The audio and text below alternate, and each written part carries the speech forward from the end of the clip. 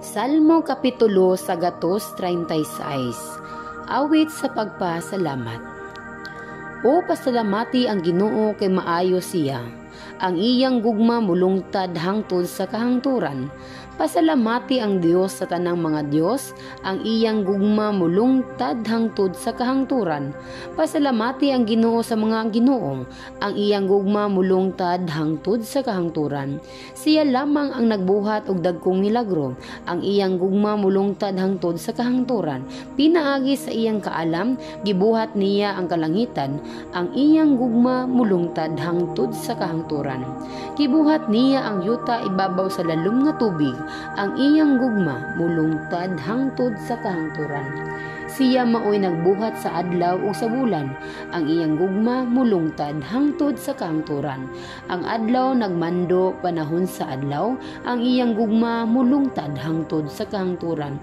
Ang bulan o kabituunan magmando sa kagabhion, ang iyang gugma mulungtad hangtod sa kahangturan.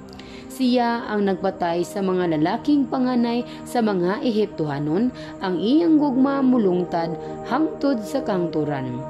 Gipagawas niya sa Ehipto ang katauhan sa Israel, ang iyang gugma mulungtad hangtod sa kahangturan.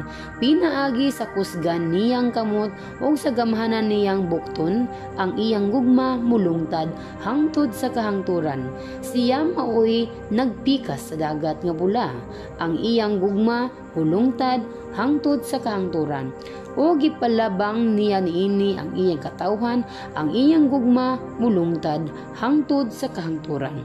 O dito gibuntog niya ang hari sa Ehipto ug ang iyang kasundaluhan, ang iyang gugma mulungtad hangtod sa kahangturan. Siya nga nangulos sa iyang katawhan latas sa kamingawan, ang iyang gugma mulungtad hangtod sa kahangturan. Siya ang nagpatay sa gamhanang mga hari, ang iyang gugma mulungtad hangtod sa kahangturan. Siya ang nagpatay sa bantag gang mga hari, ang iyang gugma mulungtad hangtod sa kahangturan. Gipatay niya sa Sihon ang hari sa mga Amirahanon, ang iyang gugma mulungtad hangtod sa kahangturan. Siya'y nagpatay kang Og, ang hari sa Basan, ang gugma mulungtad hangtod sa kahangturan. Gihatag niya ang ilang yuta ngadto sa iyang katawhan, ang iyang gugma mulungtad hangtod sa kahangturan. Gihatag niya kini sa Israel nga iyang alagad, ang iyang gugma mulungtad hangtod sa kahangturan. Wala siya malimot kanato sa dihang napildi kita, ang iyang gugma mulungtad hangtod sa kahangturan. Giluwas kita niya gikan sa atong mga kaaway, ang iyang gugma mulungtad hangtod sa kahangturan.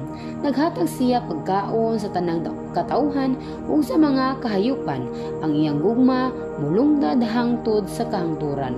Pasalamati ninyo ang Dios sa langit, ang iyang gugma mulungtad hangtod sa kahangturan.